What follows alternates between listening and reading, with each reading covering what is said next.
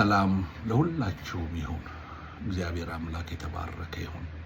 በዚህ ቪዲዮ ላይ እንደተመለከታችሁት ከህንድ ወደ ለንደን በረራ ያደርግ የነበረው ቦይንግ 171 244 ፓሴንጀሮችን ወይም ደግሞ መንገደኞችን እንደያዘ ገና ከመነሳቱ በጥቂት ሰከንድ ውስጥ ወድቆ በዚህ አይነት ሁኔታ የተሳፋሪዎች ህይወት ሁሉ 244 ሰዎች መካከል አንድ ሰው ብቻ ሲተርፍ፣ እሱም የብሪቲሽ ዜግነት ያለው ሰው አንዱ እሱ ብቻ ሲተርፍ 243 ሰዎች በዚህ ቅጽበት ውስጥ አልቀዋል። ወገኖች ህይወት እንዲህ ነው። መጽሐፍ ቅዱስ በሁለተኛ ቆሮንቶስ ምዕራፍ 6 ቁጥር 2 ላይ ሲነግረን በተወደደ ሰዓት ሰማሁ፣ በመዳን ቀን ረዳሁ ይለናል። እነሆ የተወደደው ሰዓት አሁን ነው። እነሆ የመዳን ቀን አሁን ነው። ስለ መዳናችን ስናስብ ነገን ተነገ ወዲያን የምናስብ ከሆነ ተሳስተናል።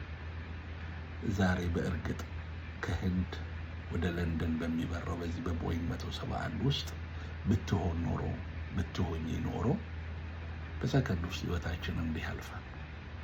መጽሐፍ ቅዱስ በዮሐንስ ወንጌል ምዕራፍ 1 ቁጥር 13 ላይ ሲነግረን ወደ ገዛ ወገኖቹ መጣ ይላል። የገዛ ወገኖቹ ግን አልተቀበሉትም።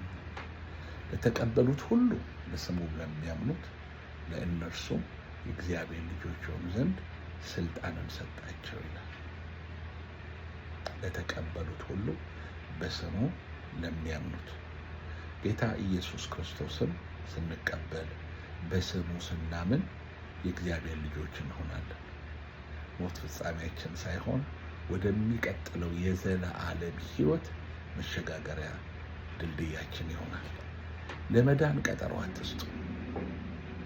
በእግዚአብሔርና በሰው መካከለኛው አንድ ነው።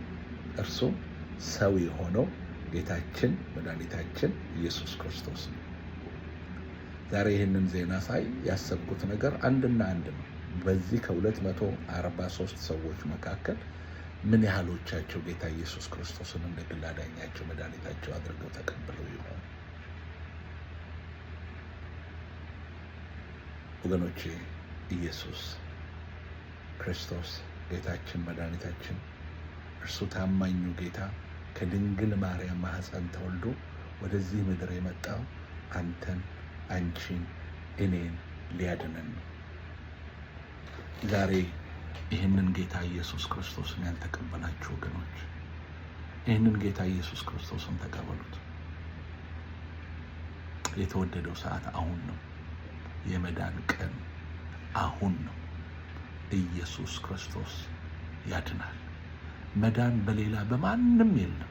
እንድንበት ዘንድ የሚገባን ከሰማይ በታች የተሰጠ ከጌታችን ከመድኃኒታችን ከኢየሱስ ክርስቶስ በቀር ሌላ ማንም የለም።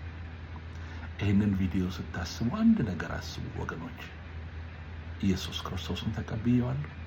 ብሞት ዛሬ አሁን ብሞት ወዴት ነው የሚሄደው? እግዚአብሔር ያውቃል አትበሉ። እግዚአብሔር እንድናውቅ በቃሉ ገልጾልናል። ኢየሱስ ይወዳችኋል።